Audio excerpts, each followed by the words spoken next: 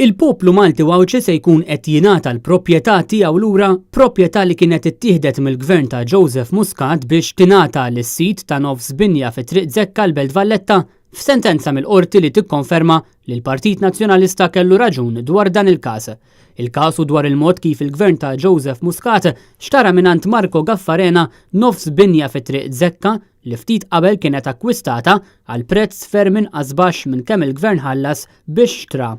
Gaffarena kien xtara nofs indiviż ta' binja għal madwar 400,000 euro, iżda l-Gvern ftit tal-ġimgħat wara ħallas lil Gaffarena aktar minn 1.6 miljun euro. Dan apparti li l-istess Gaffarena kien ingħata wkoll numru ta' artijiet madwar Malta li flimkien huma ikbar minn 10 grounds tal-futbol. Bekk fid-deal bejn il-Gvern ta' Joseph Muscat u Gaffarena dan tal-aħħar ingħata b'aktar minn 3.5 miljun euro fi flus u artijiet.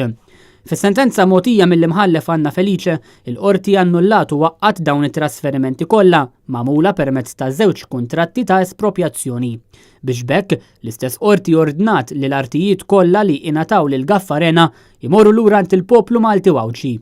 Il-każ kollu kien oriġinarjament żvelat minn The Times of Malta f'każ li kien qajjem bosta reazzjonijiet fosthom mill-Partit Nazzjonalista li dak iż-żmien kien talab li tintrefa' r-responsabbiltà politika u aktar minn hekk biex il-poplu jingħata l-proprjetà tiegħu lura.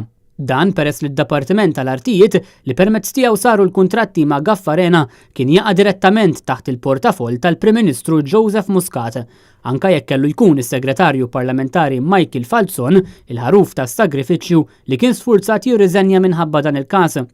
Waqt li fl-aħħar snin il-Gvern ta' Joseph Muscat iddefenda dan il-każ, is-sentenza tal-qorti tikkonferma li l-Partit Nazzjonalista kellu raġun fl-argumenti kollha tiegħu dwar dan il-każ. Fil-fatt fi tweet il-kap tal-Partit Nazzjonalista Adrian Delija qal li s-sentenza tikkonferma li l-Partit Nazzjonalista kellu raġun.